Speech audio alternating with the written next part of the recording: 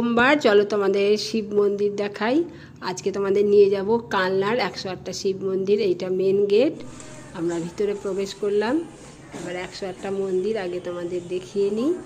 পুরো গোল করে মন্দিরটা, এক সাইডে মন্দির পুরো গোল করে, আবার মাঝখানে আছে কতগুলো, এই যে তারপরে বাগান, তারপর আবার যে মাঝখানে আবার গোল করে মন্দির, পুরো সব মিলিয়ে 108টা মন্দির। আর প্রত্যেকটা ঘরে দেখো একটা করে কালো শিব, একটা করে সাদা শিব,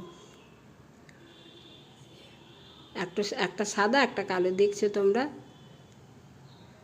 এই যে আবার সাদা, আবার কালো। জয় বাবা মহেশ্বর, জয় বাবা ভোলেনাথ।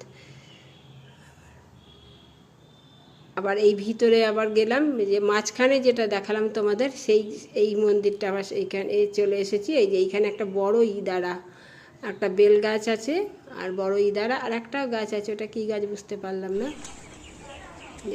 এইখানে শিব ঠাকুরগুলো দেখো।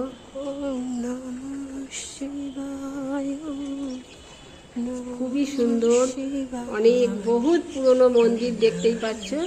মন্দিরের গাটা দেখলেই বুঝতে পারবে যে কত পুরনো দিনের। দেখো, আবার তোমাদের ভালো করে পুরো ঘুরিয়ে দেখাচ্ছি মন্দিরগুলো।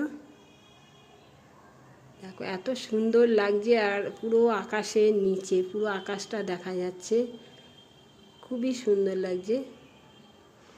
আর কত পুরনো দিনের মন্দির বুঝতেই পারছো। গাছগুলো, মন্দিরের যে দেয়ালগুলো ভেঙে ভেঙে গেছে, এটাই এখানকারের ঐতিহ্য। ওরা কিন্তু এখানে এটা রিপেয়ারিং করে না। দেখো ইটগুলো সব একটু একটু করে খসে খসেও গেছে। শিব ঠাকুরগুলো দেখো, জল দিতে দিতে পুরো সব শ্যাওলা পড়ে গেছে। এই যে এই মন্দিরটাও পুরো সব সাদা। এই মন্দিরটা ভিতরে যে মাঠের মাঝখানে যে গোল হয়ে মন্দিরটা, ওইখানে মন্দিরের শিবগুলো সব সাদা, যে সব সাদা।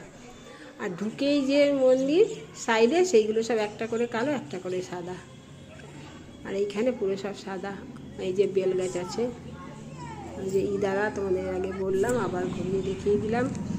এবার আমরা দেখা হয়ে গেছে, বেরিয়ে যাব, তাই তোমাদের আর একবার দেখাচ্ছি, পুরো ঘুরিয়ে দেখাচ্ছি তোমাদের মন্দিরটা। এই দেখো কত পায়রা, আরও অনেক পায়রা আছে। আমি মিউট করে দিয়েছি, নাহলে পাখির ডাকগুলো তোমরা শুনতে পারতে। খুবই সুন্দর লাগে পাখির ডাক। আজ সোমবার দিন তোমাদের